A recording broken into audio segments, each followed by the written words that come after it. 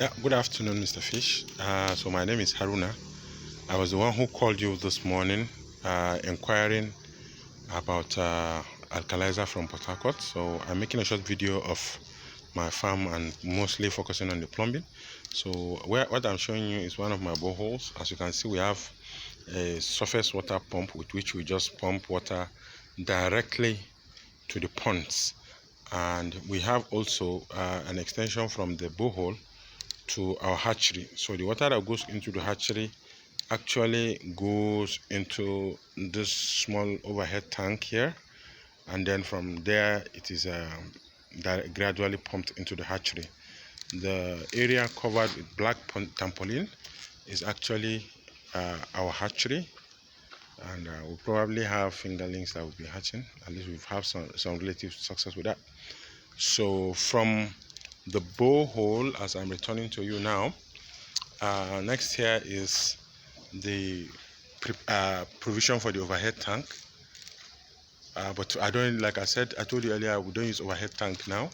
Basically, under it, we created a store for our feed, but the top is decked for overhead tank. And that's the plan actually. But for now, we pump water directly from the borehole here, and we pump directly to our grow out ponds. If you can see down, you can see the plumbing that is from the borehole here. From the borehole here, the plumbing is on the ground, underground, and it's here, and it supplies the grow out area. The grow out area is a complex of about 24 ponds, measuring about, say, 12 feet by 12 feet. We have some that are actually bigger, but on the average it is about 12 feet or slightly more.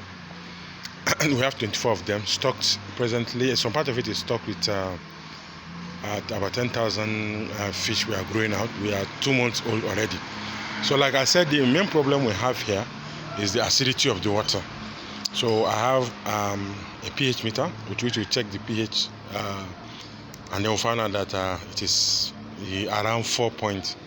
So at least considering what we now know about the required pH for fish, it is quite low. So basically, this is my setup in a nutshell. Just to show that the main gate is here. If you enter here, this is the living quarters for our staff, and then from the living quarters, then you can just see that then we have our grow out area, and then from the grow out area we then have our hatchery, and then from the hatchery, see, this is the overhead tank where the water to the hatchery goes into first. You can see my staff now putting sodium bicarbonate in the overhead tank that goes into the hatchery, and that's the water we try to stabilize for pH before we pump to the fingerlings we are hatching, to the fries at least. So again, from the you can see that from the overhead tank, the small one, we have the directly connected to our borehole, and then as you can see from the borehole, we have an extension that goes directly